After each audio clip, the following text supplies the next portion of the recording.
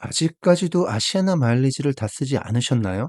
혹시라도 내년에 대한항공 마일로 전환할 거다라고 생각하신다면 큰 손해를 보실 수도 있습니다. 세계 최고의 항공연합인 스타 얼라이언스 노선에 내년, 아니 올해 말부터는 쓰실 방법이 완전히 사라지는 거예요. 오늘은 여러분들께서 힘들게 모으신 아시아나 항공 마일이 대한항공 마일로 전환되기 전에 스타 얼라이언스 노선 중에서 어디에 사용하면 가장 가성비 높게 사용하실 수 있는지 장거리 비즈니스 노선 딱 3개만 알려드리겠습니다. 가장 먼저 추천드리는 노선은 폴란드 항공 비즈니스석이에요. 이유로는 당연히 요즘같이 유류 할증률과 높아졌을 땐 마일리지 사용하면서 티켓을 끊으셔도 상당한 부분을 세금으로 내셔야 됩니다. 근데 폴란드 항공 같은 경우는 유류 할증료 제도가 없기 때문에 아시아나 마일 6만 마일이랑 아주 저렴한 세금만 내면서 가실 수 있다는 큰 장점이 있습니다. 지금 폴란드 항공을 이용해서 인천에서 유럽으로 들어갈 수 있는 노선은 딱 두 군데예요. 바르샤바 그리고 브로츠와프. 이 중에서 바르샤바는 일주일에 6일, 금요일을 제외한 모든 요일에 운항하고요. 브로츠와프는 일주일에 한 번, 금요일에 운항을 하고 있습니다. 그리고 이 폴란드 항공을 이용하고 싶으시잖아요. 지금 말씀드리는 내용을 꼭 알고 계셔야 합니다. 첫째로 아직 올가을 폴란드 항공 비즈니스 노선은 풀리지 않았습니다. 그러니까 꾸준히 언제 풀리는지 모니터링하고 계시다가 풀리면 바로 예약 들어가야 합니다. 둘째, 인천 출도착 노선을 못 찾으실 수도 있어요. 여러분들이 가시고 싶은 날짜에. 이때는 일본 도쿄를 통한 노선이 대안이 될 수 있다는 겁니다. 즉 도쿄 바르샤바 노선도 함께 검색해야 됩니다. 그리고 세 번째로는요. 이건 폴란드 항공에만 적용되는 게 아니라 다른 모든 스타 얼라이언스 항공을 이용할 때도 적용이 되는 건데, 폴란드 항공을 이용해서 바르샤바로 가시더라도 최종 목적지는 바르샤바로 하지 말고 바르샤바에서 여러분들이 가시고 싶은 유럽의 다른 목적지로 경유하셔도 됩니다. 이때 경유지에서 1박하는 24시간이 넘지 않는 레이오버 여행을 하셔도 되고요. 아니면 2시간에서 4시간 사이에 짧은 경유를 하시면서 다른 곳으로 가셔도 되는 거고요. 그리고 마지막으로 폴란드 항공 같은 경우는요. 아시아나 항공 마일로 발권하고 또 이용 가능한 마지막 날짜가 11월 30일까지예요. 12월에는 더 이상 사용 못하는 겁니다. 이거 참고하시고 스케줄 조절하셔야 됩니다. 이렇게 4가지 정도 머릿속에 담아두시고 계획 짜시는 걸 추천드려요. 두 번째 추천 노선은요. ANA의 최고의 비즈니스석인 더 룸을 경험해 보시는 걸 추천드립니다. 물론 여기서도 꼭 아셔야만 예약에 유리한 내용이 있습니다. 먼저 아셔야 될 게 ANA에서 더 룸을 운영하고 있는 노선은요. 총 5개예요. 이 중에서 도쿄, 뉴욕, 그리고 도쿄, 런던 노선은 더 룸을 매일 정기적으로 운항할 확률이 가장 높은 핵심 노선입니다. 그런데 문제가 있죠. 방금 말씀드린 이 두 노선 같은 경우는요. 실제 아시아나 항공 마일리지로 예약하기는 사실상 거의 힘들다고 보시면 됩니다. 그러니까 이 노선에서는 아시아나 항공 마일리지를 가지고 예약하시는 건 포기하셔야 돼요. 그러면 어떤 노선에서 아시아나 항공 마일로 ANA의 더 룸을 이용할 수 있을까요? 바로 이걸 아셔야 됩니다. 여러분들께서 노리셔야 할 노선은요. 3개 정도로 추려져요. 도쿄 시카고, 도쿄 샌프란시스코, 아니면 도쿄 LA 노선. 이 3개의 노선을 노리셔야 되고요. 이 노선들에서는 가끔씩 임박한 항공권의 비즈니스 좌석이 풀리기도 합니다. 물론 이때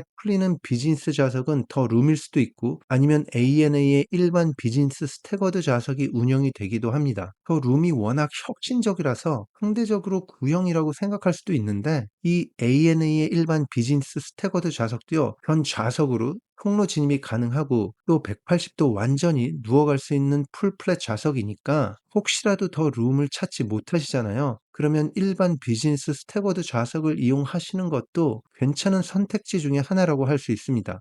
그리고 마지막으로 검색을 하시다가 여러분들께서 아시아나 항공마일로 예약 가능한 ANA 비즈니스 좌석을 찾았어요. 그런데 그게 더 룸인지 아니면 일반 비즈니스 좌석인지 아셔야 될 거 아니에요. 그걸 알고 싶으시면 여기 우측 상단에 제가 올린 영상 참고하시면 아주 큰 도움이 되실 겁니다. 그리고 마지막으로 추천드리는 노선이 어떤 노선이냐면 바로 세계 최고의 항공사로 알려져 있죠. 싱가포르 항공의 비즈니스 좌석이에요. 하나 문제가 있습니다. 싱가포르 항공 같은 경우는요. 항공 동맹체인 스타 얼라이언스 항공사들의 대부분의 장거리 노선 비즈니스 좌석을 풀지 않고 있어요. 참고로 말씀드리면 여기서 제가 장거리 노선이라고 했잖아요. 5시간 정도를 장거리 그리고 단거리 노선의 구분점이라고 생각하시면 됩니다. 그러니까 인천에서 싱가포르 가는 노선이 6시간이거든요. 여기 역시 장거리 노선에 포함이 된다는 얘기죠. 당연히 싱가포르에서 유럽 들어가는 노선도 모두 다 장거리 노선이고요. 그런데 이런 장거리 노선들 중에서 딱 한 곳, 호주로 가는 싱가포르 항공 노선 같은 경우는요, 스타 얼라이언스에 종종 공유가 됩니다. 물론 호주로 가는 모든 노선이 공유가 되는 건 아니에요. 싱가포르 멜버른, 여기는 7시간 50분 거리, 그리고 싱가포르 케언스, 여기는 6시간 25분 거리, 이렇게 두 개의 장거리 노선이랑 또 한 군데 싱가포르 항공으로 호주의 다윈으로 가는 노선도 비즈니스석이 열리기는 합니다. 근데 여기는 4시간 50분 거리니까 단거리 조건에 부합을 해서 열리는 거예요. 자, 그럼 호주로 갈 수 있는 싱가포르 항공 비즈니스 좌석이 있다는 걸 알았어요. 그런데 하나 문제가 있죠. 싱가포르까지 가야 됩니다. 인천에서. 그래야 호주로 가는 비즈니스 좌석을 탈 수 있는 거죠. 그런데 제가 아까 말씀드렸죠. 인천 싱가포르도 장거리 노선으로 속한다고, 싱가포르 항공 기준에서는. 그러니까 이 구간은 싱가포르 항공의 비즈니스 좌석을 타고 가실 수는 없어요. 이 구간을 비즈니스 좌석으로 가고 싶으시면 방콕을 경유해서 가시거나 아니면 대만을 경유해서 싱가포르로 들어가야 됩니다. 결국은 2번 경유하면서 호주로 들어갈 수 있는 거죠. 이렇게 편도 노선에서 경유를 2번이나 해야 되니까 상당히 피곤할 수가 있는데, 차라리 이럴 때는 여러분들께서 시간이 좀 많으시다면요, 경유지에서 몇 시간만 있는 짧은 경유를 하지 마시고 24시간 가까이 체류하면서 숙박하면서 레이오버 여행을 하고 호주로 들어가시면 피로를 좀 덜 수 있지 않을까 생각이 됩니다. 그러니까 이 부분도 고려하셔서 여행 계획을 짜시는 걸 추천드려요. 이에 대해서는 제가 다른 영상에서 자세히 설명을 드렸거든요. 그러니까 혹시라도 이 영상 못 보신 분들이 계시다면 꼭 보시는 걸 추천드립니다. 하나 더 아셔야 될 게 있죠. 싱가포르 항공 같은 경우는 발권 그리고 탑승 가능 마지막 기한이 12월 16일까지예요. 폴란드 항공 비즈니스석, 그리고 ANA의 더룸, 그리고 싱가포르 항공의 호주로 가는 비즈니스 좌석, 이렇게 3개의 노선이 아시아나 마일리지가 대한항공 마일로 전환되기 전에 여러분들께서 사용하시기에 가성비가 가장 높을 것 같다고 제가 추천드리는 노선이에요. 이 노선들 외에 몇 개 추가를 하면 에바항공, 또 터키항공의 비즈니스석을 추천드릴 수가 있긴 한데, 에바항공 같은 경우도 찾기가 쉽지는 않더라고요.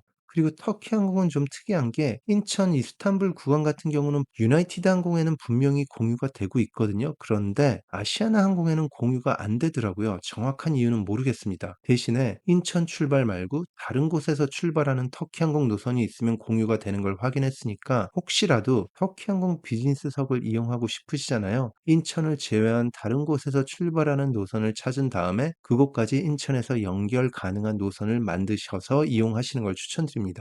대한항공에서 발표를 했습니다. 아시아나 항공의 스타 얼라이언스 탈퇴 일정을요, 공식적으로는 올해 12월 16일인데 좀 특이한 게 뭐냐면, 여러 스타 얼라이언스 항공사들이 있는데 이 탈퇴 일자랑은 별개로 아시아나 항공 마일리지로 이용할 수 있는 마지막 날짜가 이 각각의 항공사들마다 조금씩 다르더라고요. 그러다 보니까 여러분들 중에서 아시아나 항공 마일리지가 남아있는 분들께서 스타 얼라이언스 탈퇴하기 전에 그 마일리지를 사용하고 싶으시잖아요. 이 각각 항공사들의 일정을 무조건 숙지하고 계셔야 됩니다. 그리고 하나 더 말씀드릴 게 있는데, 제 영상 보신 많은 분들께서 저한테 여쭤보는 게 있어요. 아시아나 항공 마일이 꽤 남아있는데 이걸 합병 전에 사용하는 게 좋을지, 아니면 합병한 다음에 대한항공 마일로 전환한 후에 사용하는 게 좋을지. 이게 사실 각각 개인마다 다 차이가 있어서 정답은 없습니다. 그런데 만약에 마일리지가 꽤 많이 남아있어서 비즈니스 좌석에 사용할 수 있고, 또 시간적으로 내가 여행을 가는데 큰 무리가 없다면,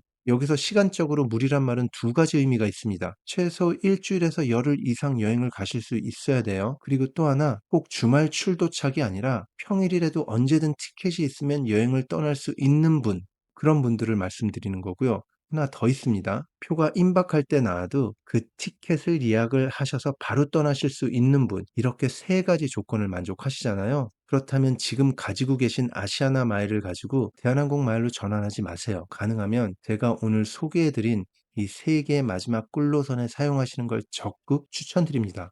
제가 하나 확실하게 말씀드릴 수 있는 건, 가지고 계신 아시아나 항공 마일을 대한항공으로 넘기시잖아요. 그러면 이런 발권은 다시 하기는 어려울 가능성이 큽니다. 스카이팀도 상당히 커지긴 했지만 스타 얼라이언스에 비해서는 아주 많은 제약이 있고, 또 추가적으로 대한항공에서도 많은 제약을 걸어놨거든요. 못 사용하세요. 그러니까 아직까지 마일이 남아 있으시면 꼭 오늘 제가 말씀드린 노선 먼저 확인해 보시는 걸 추천드려요. 제가 다음 영상에서는 단거리 노선에 대해서도 어떤 노선을 사용하시면 좋을지 알려드릴 테니까 궁금하시다면 구독 신청 잊지 마시고요. 좋아요, 그리고 알람 설정은 제 채널 성장에 아주 큰 힘이 되고 있습니다. 좋은 여행 되세요. 감사합니다.